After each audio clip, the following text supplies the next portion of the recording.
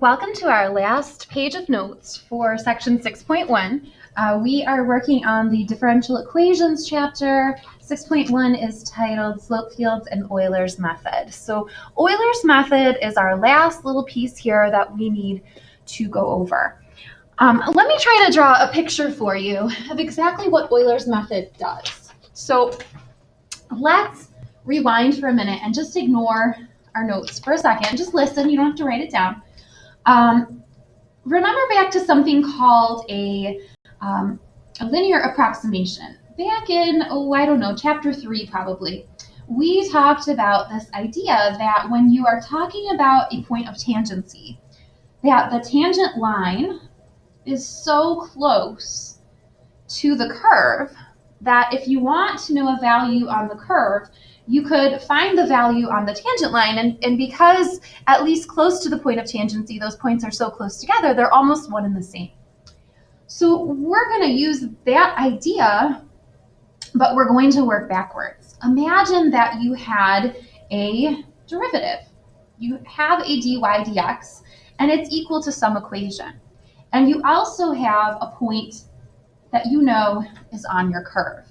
You could use those tangent line approximations to come up with a visual picture of your curve. So if I know that I have a point of tangency here, and I know that I have a tangent line going through it, then if I work at really small increments, I could construct another point that was very close to being on the curve itself.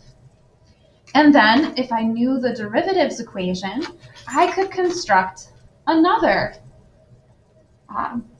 slope. I could construct another tangent line approximation. Perhaps this one's a little bit steeper at that point, but that would allow me to find another coordinate that was close by.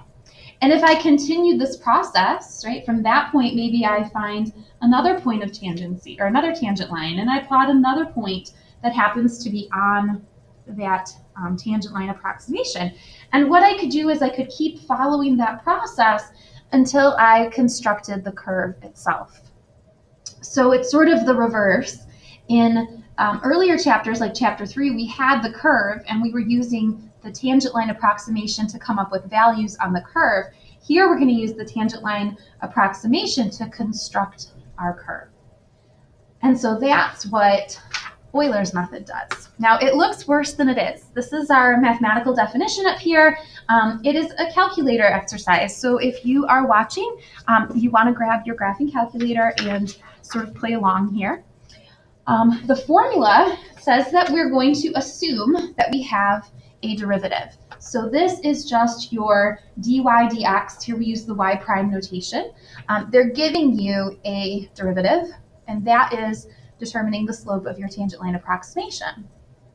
The two formulas for Euler's method are really right here. This one is just saying that you're going to take really small steps. So the x value would represent that distance on the horizontal between each consecutive point that I had drawn. So really all you're doing is you're adding to your initial point of tangency, you're adding these small increments. So h is going to be the small h value, a small value like maybe a 0.1 or a 0.05 or something to move you down the length of your curve. And then this is really just your tangent line approximation because this f here relates back up to here. So this is like your slope. And so you've got your slope times the increment h, how far over you're moving, plus the initial y value. So let's see how this works. So for example, we want to use Euler's method, and we are given a y prime equals x minus y. This can change. It depends on what your function is. But this equation right here is representing my capital F of x comma y. So that is my slope. And I'm going to tell you that the point of tangency, the place you're going to work from is 0, 1. And you're going to move by h steps of 0.1. I filled in the x value for you because the formula for x sub n is really simple. You're just adding consecutive h's. So 0 plus 0.1, 0.1 plus 0.1, and so on. Notice the x-axis here, the x table, I am just filling in by adding that step value.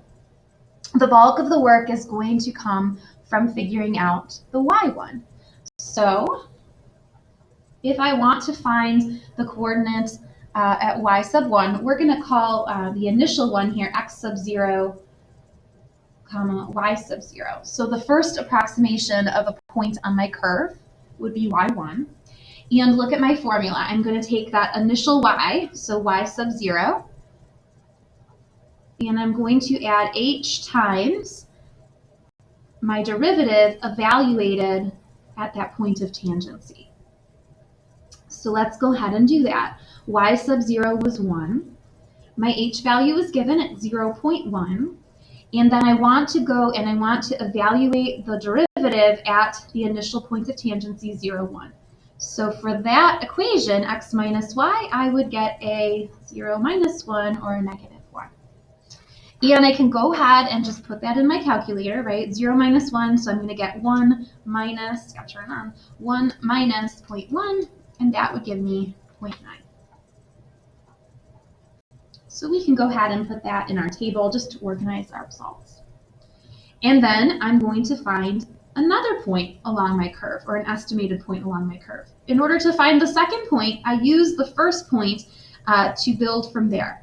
I'm going to take where I left off, so I had a y at 0.9, and I will multiply by 0.1, that's my h value. And now this time I want to evaluate my derivative in order to get the rise over run. How far should I move? I'm going to take x minus y for that previous point. So I would be multiplying by, let's see, x is 0.1 and then minus 0.9. Right, and I'm going to go ahead and put that into my calculator. So 0.9 plus, we've got 0.1 times 0.1 minus 0.9, and I'm at 0.82. Oops, I'm right in the glare spot there. So that's what I typed in. And I could keep going along down the line. I'm going to build the third coordinate. Let's see, let's fill in my chart here. I'm going to build the third coordinate off the second. So I'm going to pick up where I left off. I was at 0.82. And the slope of the tangent would suggest that I'm going to move 0.1 times. And now this time I'm going to use that x minus y formula. And I will take 0.2 minus 0.82. And I will go ahead and compute. So I will have 0.82 plus 0.1 times 0.2 minus 0.82, and I'm at 0.758. Put that in my table just to organize for the next step, right? Y sub 4 is equal to 0.758 plus 0.1, that's my h value. This f in the formula, again, that is coming from your derivative equation. And this time I'll build it off the last point, which would give me 0.3 minus 0.758. And I can type that in my calculator. I won't pull it out again. I have it written down, 0.712. My suggestion to you, go ahead and see if you can compute the others. Pause the video, and then I am going to go ahead and fill them in so that when you are done computing those values, you can go ahead and check your answers. So hit pause, see if you can find y5, y6, and so on all the way to the 10th step, and then you can check your work.